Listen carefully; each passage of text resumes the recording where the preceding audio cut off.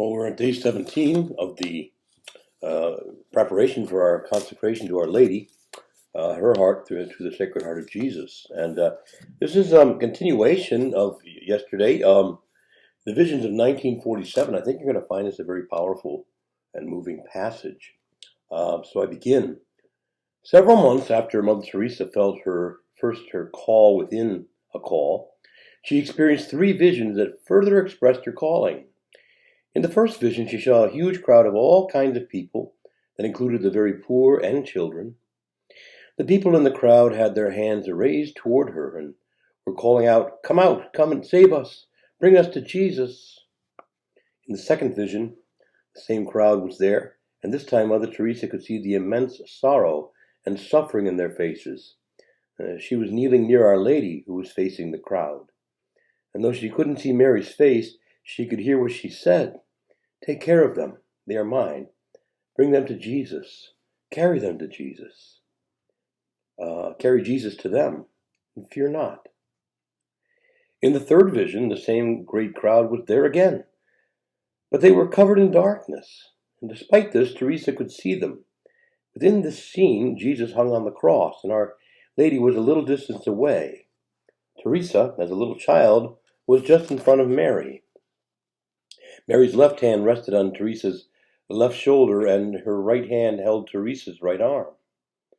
And they were facing the cross, and Jesus spoke to Teresa, and he said, "I have asked you, they have asked you, and she, my mother, has asked you. Will you refuse to do this for me, to take care of them, to bring them to me?" Notice the role of Our Lady in these visions. She is there, helping Teresa to hear the desire of the Lord's heart and to see the suffering of the crowd. She is there as a mother with her little child, facing Jesus, and the crowd together.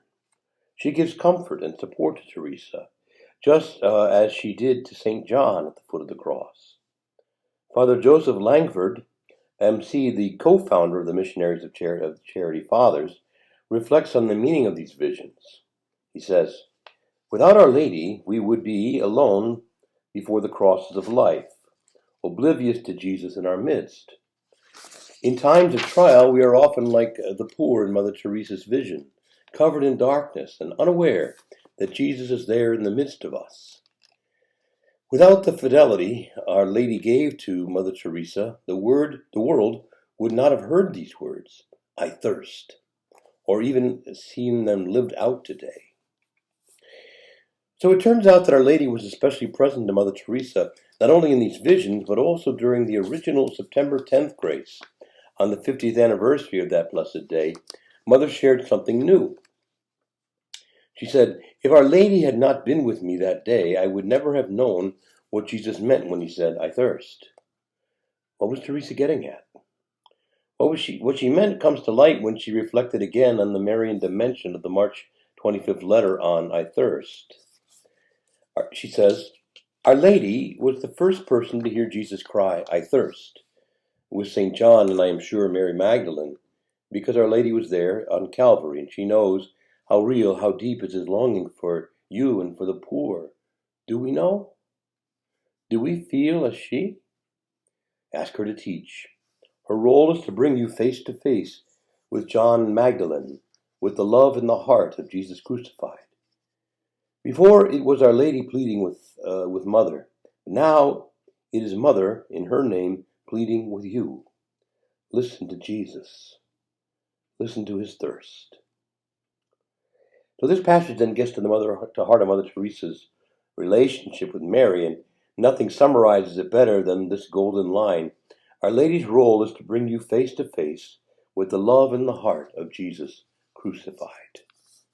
And so you see that in a passage like this, that we can be just interpret when Jesus is on the cross and he says, "I thirst," that he's just physically thirsty.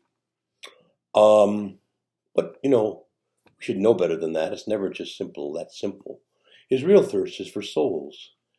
And we think a lot of the needy and the poor, and once again, we think mainly material neediness, material poverty, and certainly the Lord has a very special and great heart for those who suffer with poverty, or illness, or afflictions, or injustice. But the fact is that we're all desperately poor. And Mother Teresa once said when she came to the United States that she said, it's one of the poorest countries I've ever met. But she was speaking of our spiritual poverty, not so much our, material poverty. We don't have a lot of that here, but our spiritual poverty is very great. She says, she gave an example. It is a poverty to say that no solutions can be had that other than a mother should kill the child in her womb.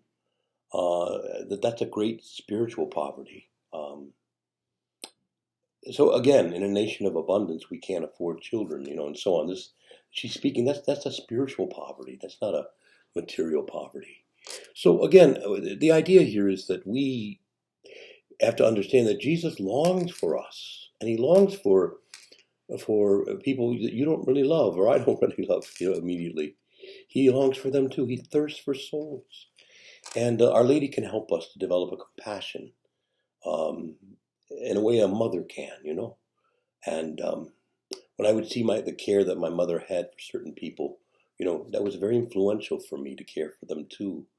And so it is with our spiritual mother, Mary. So she helps to form Christ's own heart within us and to understand the deep meaning of those words, I thirst. And so we have our special prayer, little prayer here at the end. Come, Holy Spirit, living in Mary. Bring me face to face with the love in the heart of Jesus crucified.